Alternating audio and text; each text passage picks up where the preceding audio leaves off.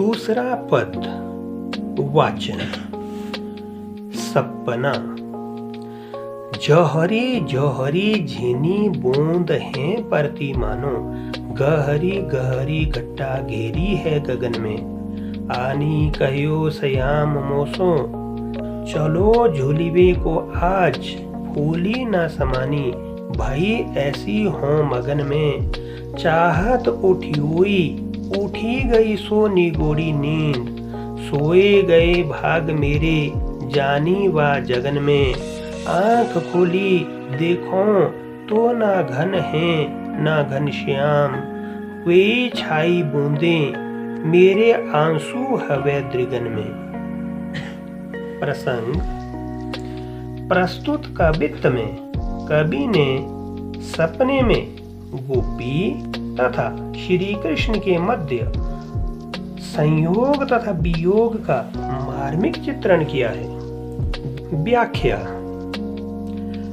कवि वरदेव कहते हैं कि एक गोपी बड़ा सुंदर सपना देखती है।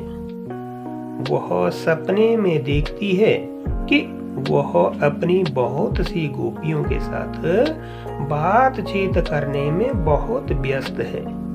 तब तक आसमान में बरसाती बूंदों की झड़ी लगना शुरू हो जाती है। जहरी जहरी झीनी बूंद है परती मानो, ऐसा प्रतीत होता है कि बरसाती बूंदों की झड़ी सी लग गई है। गहरी गहरी घट्टा घेरी है गगन में, और गरजती हुई घनघोर घटाएं पूरे आसमान में आच्छादित हो गई है। आनी कहियो सयाम मोसो, ऐसे ही समय में आ करके श्री कृष्ण मुझसे कहने लगे, चलो झूलिवे को आज, कि आज चलो हम बाग पर झूला झूलने के लिए चलते हैं।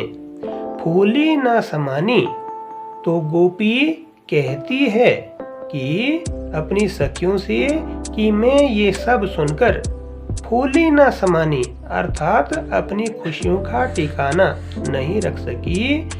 भाई ऐसी हो मगन में, और वह गोपी इतनी मगन हो गई। चाहत उठी हुई, ज्यों ही वह उठना चाहती थी, उठी गई सो निगोड़ी नींद, तो निर्दयी नींद टूट गई, अर्थात निर्दयी नींद ने उसका साथ छोड़ दिया। सोए गए भाग, गोपी कहती है कि नींद के चले जाने से उसके भाग सो गए मेरे जानी वा जगन में, क्योंकि सोई हुई दशा में श्री कृष्ण के साथ बाग में झूला झूलने का सुंदर अवसर मिल रहा था, जो कि नींद के टूट जाने की वजह से वही सुंदर अवसर, वही सुनहरा मौका अब टल गया है। आंख खोली देखो तो ना घन है ना घनश्याम। आंख खोलने पर गोपी ने पाया कि वहां पर ना तो बादल हैं, ना कहीं श्री कृष्ण हैं। वे छाई बूंदे मेरे आंसू हवे दृगन में। गोपी कहती है कि वे जो आंखों में बहने वाली आंसू की बूंदें थी, वही मुझे सपने में बरसाती बूंदों की झड़ी के रूप में प्रतीत हो रही थी। तीसरा पद वाचन। दरबार। साहिब अंध मो साहिब मूक, सभा बहिरी रंग रीज को माच्यो। भूल्यो तहाँ भटक्यो घट, अवघट बूढ़ी बेको कहू कर्म ना बाच्यो। भेष ना सुझ्यो कहियो समझ्यो ना, बतायो सुनियो ना कहा रुचि राच्यो।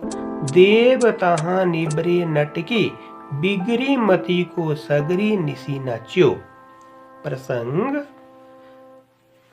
प्रस्तुत सबैया में कवि ने तत्कालीन राज दरबार में पतनशील और निष्क्रिय सामंती व्यवस्था पर कड़ा व्यंग्य किया है। व्याख्या। साहिब अंध मो साहिब मुख, सभा बहिरी रंगरीज को माच्यो।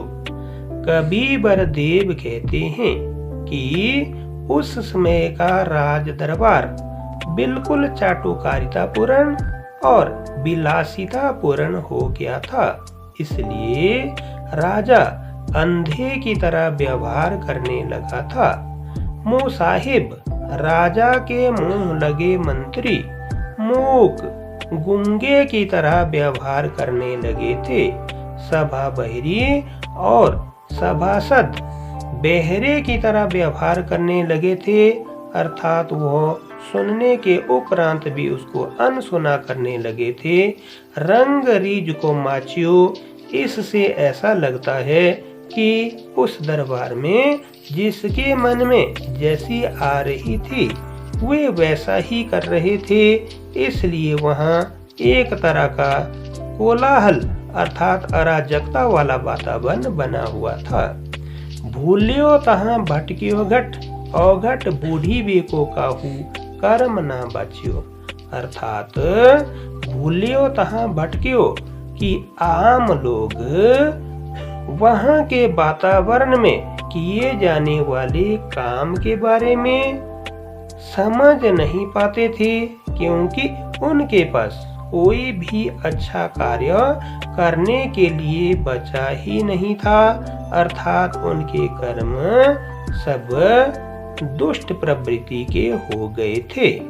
इसलिए वे उसी प्रकार के कामों में ही सब डूब गए थे। भेष ना सूझ्यो, इसलिए उस दरबार में वेशभूषा वाले व्यक्ति को अनदेखा किया जाता था। कहियो समझियो ना, यदि कोई अपनी पुकार करता था तो उसको नहीं समझा जाता था। बतायो सुनियो ना, और यदि कोई बताता था तो उसको अनसुना करता था। कहा रुचि राचियो, क्योंकि उन लोगों को कहीं भी रुचि नहीं लगती थी। देव तहाँ निबरे नटकी, बिगड़ी मती को सगरी निसी नाच्यो। कि कबीर देव कहते हैं कि उस दरबार की हालत वैसी हो गई थी जैसे अपनी प्रतिभा से भटके हुए कलाकार की बिगड़ी हुई मति के कारण यदि वह पूरी रात भर भी नृत्य करता रहे तो लोग उसके नृत्य को नहीं समझ पाते थे, अर्थात उसकी प्रतिभा के प्रदर्शन की ओर कोई भी ध्यान नहीं दिया जाता था।